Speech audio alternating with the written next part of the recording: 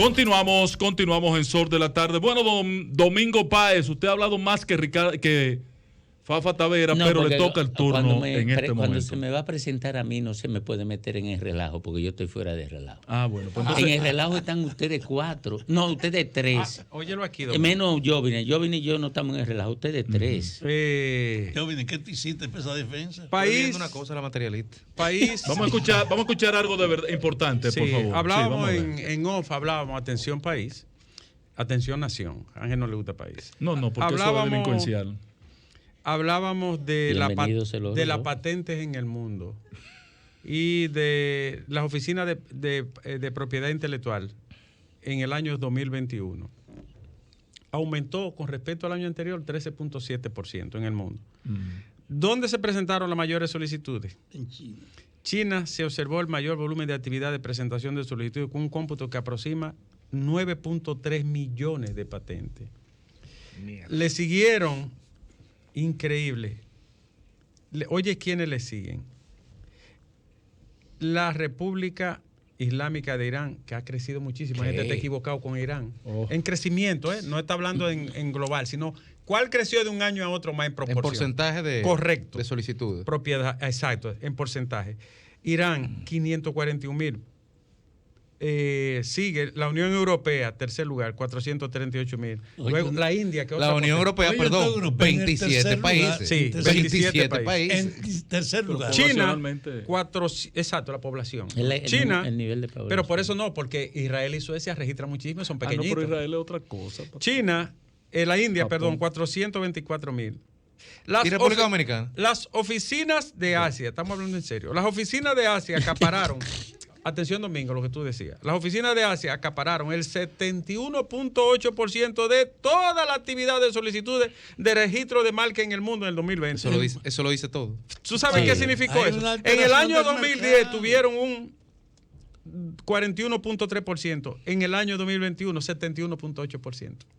Por último, el porcentaje de Europa se redujo de un 34 a un 14 en el 2020. América del Norte solo representó un 5.9% del total global mundial, mientras que los países combinados, aquí quedamos nosotros, América Latina, el Caribe y Oceanía, 7.7%. Por último, del 71.8%, China, 43%. Más. No, eso no tiene más. Una monstruosidad. Líder comercial del mundo. Sí. Estados Unidos mantendrá durante mucho tiempo su hegemonía política. Domingo Páez, seriamente entonces. Sí, por eso. El serio de Domingo va a hablar. Por eso no te respondo la afirmación que hiciste, porque es en serio que voy a hablar. Miren, ayer yo me refería a un tema que en República Dominicana no se ha desnudado. Explicaba que la razón de que no se desnudara este tema hasta ahora residía en el hecho de que quienes introducen el manejo de ese mercado a República Dominicana son empresas transnacionales de capital norteamericano. En décadas atrás, hace más de 60 años. Estoy hablando del mercado de distribución de combustibles. Sobre todo de combustible líquido, porque el GLP,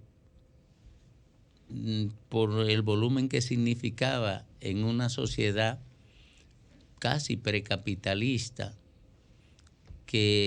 cuyo consumo para la energía de cocina se apoyaba fundamentalmente en combustible vegetal, el GLP como sustituto de esto no tenía ninguna importancia comercial. Pero después sí, cuando se sustituye el combustible vegetal por el GLP y se construye la conciencia de protección de bosque y río, entonces comienza a adquirir, al amparo de la disrupción tecnológica, una importancia relevante el consumo de GLP como carburante de cocina.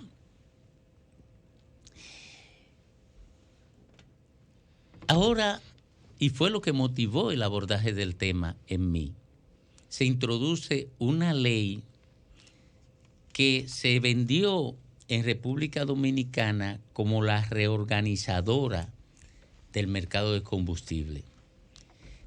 Yo decía ayer que me extrañaba que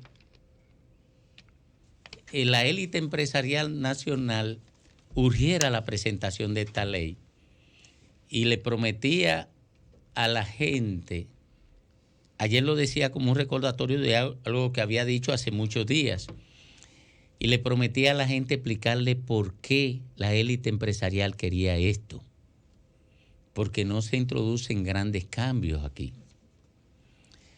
Pues he descubierto que incluso la recompra de las acciones de Venezuela en la refinería guarda relación con todo esto.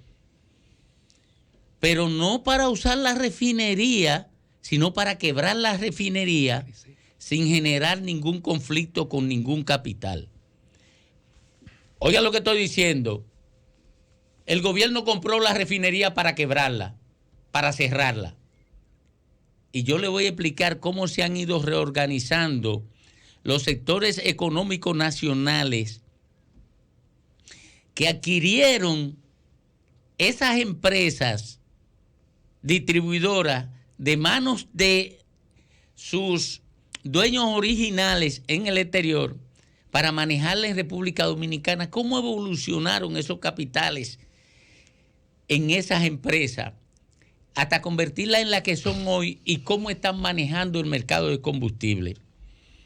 Yo quiero decir que ayer yo dije al final del comentario que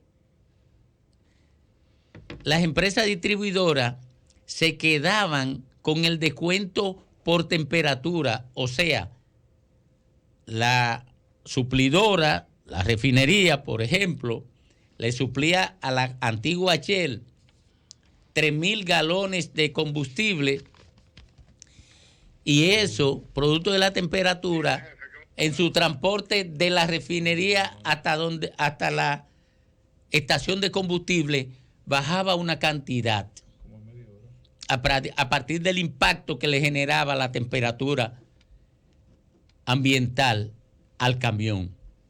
Se lo descontaba la refinería, pero ellos le vendían los 3,000 galones iguales a las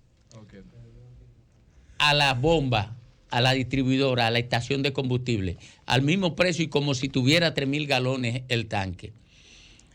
A pesar de que está prohibido por resolución que ellos se queden con el dinero, que deben traspasárselo a la estación de combustible. Y yo dije al final del comentario que probablemente las estaciones de combustible se lo transferían al consumidor. Reaccionaron con toda razón los detallistas de combustible y algunos me llamaron y me corrigieron. No podemos quedarnos con él, no podemos transferírselo al consumidor. Tú te equivocaste, esa especulación tuya es errónea. Porque nosotros no fijamos los precios. Quien nos fija los precios es Industria y Comercio. Concho, le tuve que reconocer que mi sospecha de que ellos se lo transferían al consumidor no tenía fundamento. Pero era una sospecha y así está consignado en el comentario. Y me dijeron, tú dijiste que alrededor de 10,000 millones de pesos tienen las distribuidoras en manos de ellos, de nosotros, y que eso ha originado más de 100 demandas, me dijeron. 100 y pico de demandas hay en los tribunales reclamando los 10,000 millones de pesos que le han robado la distribuidora a los detallistas de combustible. No han podido conseguir una demanda, una sentencia a su favor, porque imagínense, le compran los jueces. Le compran los jueces. Con 10,000 millones de pesos, me señalaban, basta con que ellos dediquen 200 millones de pesos a comprar jueces cada vez que hay una sentencia en peligro de que ordene la entrega de los 10,000. Pero tienen que vender a capital dominicano, tienen que venderle las acciones, porque en Estados Unidos, como son empresas que cotizan en bolsa, hay una comisión económica de bolsa que regula realmente y entonces establece por qué razón ellos están demandados y pueden descubrir que es que tienen una práctica empresarial inapropiada y pueden ser víctimas de sanciones terribles por la comisión que regula la bolsa en Estados Unidos. Ahora bien, ¿qué es lo que va a provocar esta ley? Y voy a decirlo hoy antes de explicar a partir de mañana cómo se ha ido integrando lo que voy a pronosticar hoy.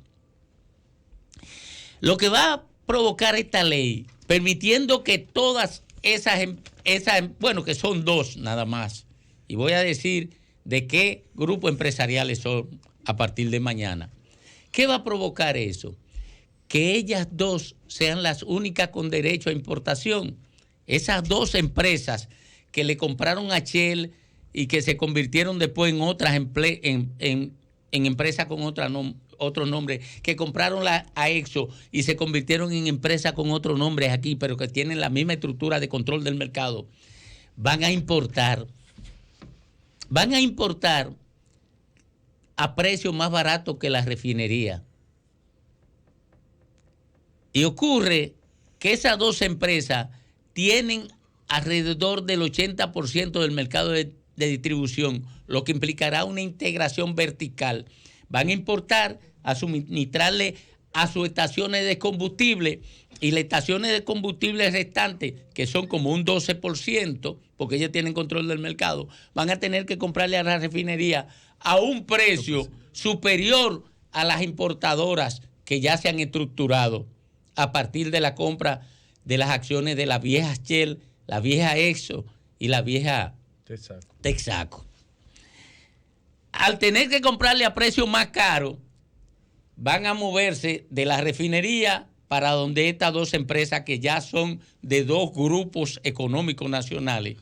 La refinería no podrá venderle a nadie, por tanto tendrá que cerrar y transferirse luego a precios de vaca muerta a esas mismas empresas, que entonces sí la van a utilizar para construir monopolio de importación, pero a través de una destilería, que es el trabajo que hace la refinería.